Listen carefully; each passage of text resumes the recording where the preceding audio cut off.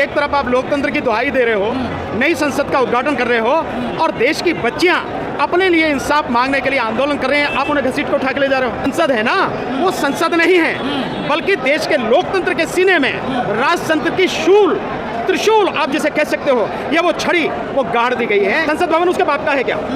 मोदी के बाप का है क्या संसद भवन? जंतर मंतर उसके बाप का है क्या? वो देश का है, देश की संपत्ति है, वहाँ हर किसी को जाने का अधिकार है।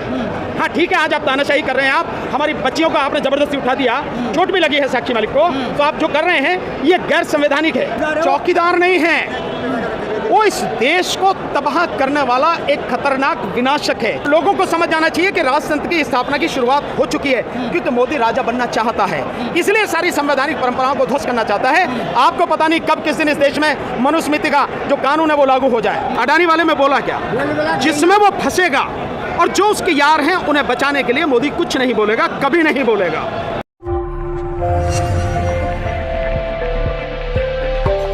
और इससे बड़ा दुखद और क्या हो सकता है कि एक तरफ आप लोकतंत्र की दुहाई दे रहे हो, नई संसद का उद्घाटन कर रहे हो और देश की बच्चियां अपने लिए इंसाफ मांगने के लिए आंदोलन कर रहे हैं, आप उन्हें घसीट को उठा के ले जा रहे हो। मुझे पता नहीं, लेकिन जो न्यूज़ आ रही है आप ही साथियों से कि तंबू भी हटा दिया है, उनको घसीट कर ले गए हैं, और ऐसा भी सुनने में आ रहा है कि साक्षी मलिक को चोट भी लगी है। तो ये जो सारी स्थिति है, इससे ज़्यादा गंभीर स्थिति और क्या होगी, और इससे ज़्यादा तानाशाही वाला रुख एक प्रधानमंत्री का और क्या होगा भाई।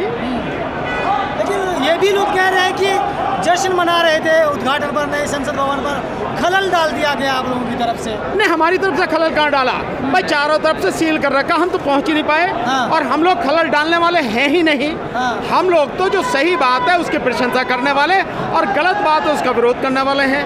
तो जैसे पूरे देश के विपक्ष ने संसद का बायकॉट कर रखा है, क्योंकि जो आज जो संसद है ना, वो संसद नहीं है, बल्कि देश के लोकतंत्र के सीने में राजतंत्र की शूल त्रिशूल आप जिसे कह सकते हो, या वो छड़ी वो गाड़ दी गई है। इसका मतलब साफ है कि आज से लोकतंत्र स्थापित करने की परंपरा शुरू कर दी है मोदी ने। ये देश को समझने की जरूरत है, नहीं अभी समझे तो आने वाले समय में समझ जाएंगे। लेकिन आपने कहा कि विपक्ष जो है विरोध कर रहा है, लेकिन 19 विपक्ष पार्टी जो है वो विरोध है, लेकिन साथ में तो 21 पार्टियां हैं जो समर्थन भी कर रही हैं। किन की पार्टियों की बात कर रहे हो आप? वो तो लगभग पहले से ही उनके साथ में थी, और वो भी जो पार्टियां हैं उनकी औकात क्या है उनकी। किसी का एक सदस्य है लोकसभा में, किसी का एक राज्यसभा में है, किसी का है ही नहीं, ऐसी पार्टियां। लेकिन जो मुख्य रूप से बड़ी विपक्षी पार्टियां हैं 21, जिनके सांसदों की संख्या 254 के आसपास है, वो सारे के सारे विरोध कर रहे हैं। उसका कोई महत्व नहीं है, महत्व है उसका। अगर आप राष्ट्रपति को नहीं बुला रहे, और राष्ट्रपति वो भी महिला और वो भी आदिवासी, अगर आप उन्हें नहीं बुला रहे संसद में, जबकि संसद राष्ट्रपति से ही मिलकर बनती है, संसद का उद्घाटन राष्ट्रपति से होना चाहिए था। वैसे भी संसद का जो सत्र शुरू होता है राष्ट्रपति ही उसे बुलाते हैं, और संसद के सत्र की शुरुआत राष्ट्रपति के अभिभाषण से होती है। उसका सत्रावसान जो होता है वो भी राष्ट्रपति के ही द्वारा किया जाता है। ऐसी संसद को आप लोकतंत्र की बात कहेंगे, संसद के उद्घाटन की बात कहेंगे? तो ये जब कुछ हो रहा है, ये देश की संवैधानिक परंपराओं को, लोकतांत्रिक परंपराओं को, उनको खत्म करके, उनका कत्ल करके एक आयोजन किया जा रहा है, जिसमें देश के प्रधानमंत्री ने अपने कुछ गुलामों को बुलाया है और उन गुलामों के मुंह से अपनी प्रशंसा सुनते हुए ये कार्यक्रम किया जा रहा है। लेकिन महापंचायत अगर करना था तो कई और जगह क्यों कर लेते? संसद भवन कह रहे हैं कि संसद भवन ही क्यों? संसद भवन उसके बाप का है क्या? मोदी के बाप का है क्या संसद भवन? जंतर मंतर उसके बाप का है क्या? वो देश का है, देश की संपत्ति है, वहाँ हर किसी को जाने का अधिकार है। हाँ ठीक है, आज आप तानाशाही कर रहे हैं, आप हमारी बच्चियों को आपने जबरदस्ती उठा दिया, चोट भी लगी है साक्षी मालिक को, तो आप जो कर रहे हैं ये गैर संवैधानिक है। हर किसी को अपनी बात कहने का, अपना विरोध दर्ज कराने का, संघर्ष करने का अधिकार है। हम सब उसी का अधिकार का प्रयोग कर रहे हैं, और ये सब लोग शांतिपूर्वक आंदोलन करने वाले हैं, लोकतंत्र की परंपराओं को बनाने वाले, उसको और मजबूत करने वाले हैं।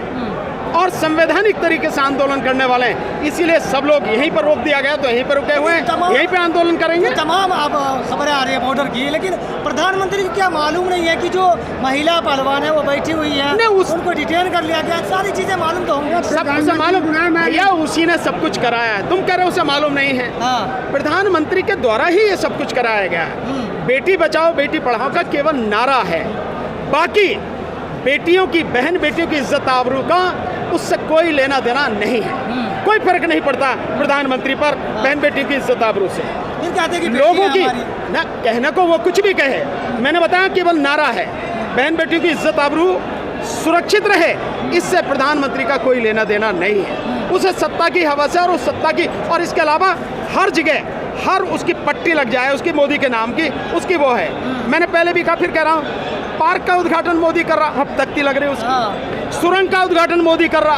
अभी आपने देखा ये जो यहाँ इसके पटियाला हाउस जो दिल्ली में है, यहाँ से जो अंडरपास बना है उसमें मोदी की तख्ती लगी हुई है। वो एक बोतल सी मतलब उसे ढूंढ रहा, ला रहा, सफाई करने की जो दिखा रहा, तो नौटंकी करना ये मोदी का काम है। कहीं सड़क बने तो उसका काम है। रेलवे में जितनी भी रेल आप बन रही है वंदे भारत, एक को छोड़कर बाकी 16 का जो है झंडी उसने दिखाई। अबे झंडी दिखाने का शौक है तो गार्ड बन जाता, काहे को प्रधानमंत्री बना था अगर इतना ही शौक है तो। मतलब उसको अपनी तख्ती चाहिए, चारों तरफ तख्ती हो, चारों तरफ फोटो हो, सबकी उद्घाटन वही करे।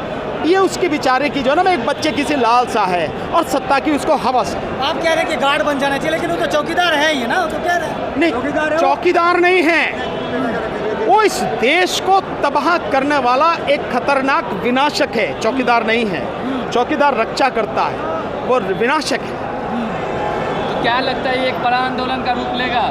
हो सकता है, अब सब लोग डिसाइड करेंगे, सब लोग इस बात को डिसाइड करेंगे कि आगे की रणनीति क्या होनी चाहिए, कैसे होना चाहिए, और जो फैसला होगा सबका वही फैसले पर अमल किया जाएगा। लेकिन सर एक और सवाल है कि अशोक स्तंभ वहाँ पर रखा था, अशोक चिन्ह, लेकिन अब सिंगोल रखा गया जो कह रहा कि बराबर। इसीलिए मैंने कहा कि सिंगोल का रखना इस देश के लोकतंत्र के सीने में शूल गाड़ना है, और लोगों को समझ जाना चाहिए कि राजतंत्र की स्थापना की शुरुआत हो चुकी है, क्योंकि मोदी राजा बनना चाहता है, इसलिए सारी संवैधानिक परंपराओं को ध्वस्त करना चाहता है।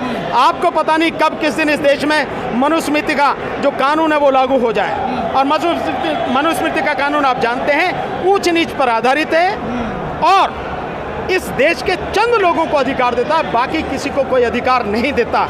यहाँ तक कि बहन बेटियों को, माताओं को, उनकी खुद की बहन बेटी और माता हैं, उन्हें भी मनुस्मृति शूद्र की श्रेणी में रखती है। लेकिन आपने जो सीन आया है, जो फोटोज आए हैं, सारे साधु लोग बैठे हुए हैं, जो तस्वीर के लोग आलोचना भी कर रहे हैं। कौन बैठे हुए?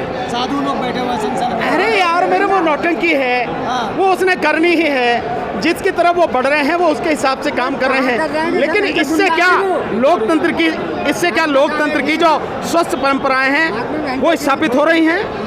उनके लोकतंत्र के मूल्यों में कोई वृद्धि हो रही है? देश के संविधान का कोई सम्मान हो रहा है? मतलब कैसा उद्घाटन है, न राष्ट्रपति न उपराष्ट्रपति, और उसके बावजूद राजतंत्र की एक छड़ी लाके, राजतंत्र का चिन्ह एक छड़ी लाकर आप संसद का उद्घाटन कर रहे हैं। लेकिन विपक्ष पूरा गायब है। ब्रिजभूषण मामले में मोदी जी अभी तक कुछ नहीं बोल रहे हैं। बोलेगा भी नहीं भाई। अडानी वाले में बोला क्या? अडानी वाले में बोला क्या? जिसमें वो फंसेगा और जो उसके यार हैं उन्हें बचाने के लिए मोदी कुछ नहीं बोलेगा, कभी नहीं बोलेगा। ये लोगों को समझने की जरूरत है।